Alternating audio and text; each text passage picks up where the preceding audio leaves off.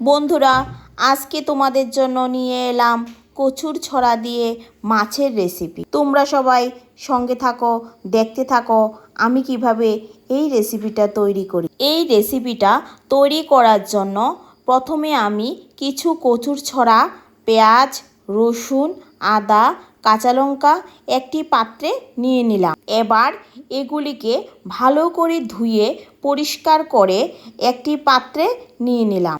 এবার কড়াইতে জল দিয়ে কচুর ছড়াগুলোকে দিয়ে এর মধ্যে একটু লবণ দিয়ে ছড়াগুলোকে সিদ্ধ করে একটি পাত্রে নিয়ে নিলাম।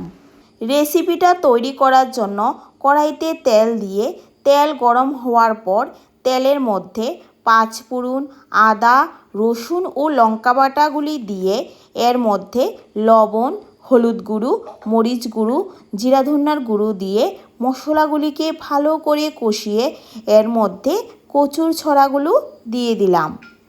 এবার সব উপকরণগুলো মিশিয়ে ভালো করে নাড়া দিয়ে কিছুক্ষণ কষানোর পর এতে পরিমাণ মতো জল দিয়ে দিলাম। এবার কিছুক্ষণ সিদ্ধ হওয়ার পর ভেজে রাখা মাছগুলো দিয়ে দিলাম। এবার রেসিপিটা আমার মোটামুটি কমপ্লিট হয়ে এসেছে। নামানোর আগে কিছু গুঁড়ো গরম মশলা দিয়ে দিলাম। বন্ধুরা, আমার এই রেসিপিটা তোমাদের কাছে কেমন লেগেছে কমেন্ট করে জানিও।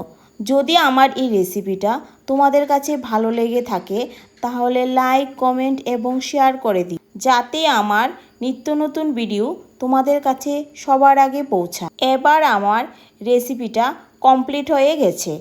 ভিডিওটা শেষ পর্যন্ত দেখার জন্য সকলকে ধন্যবাদ। ভালো থাকবেন।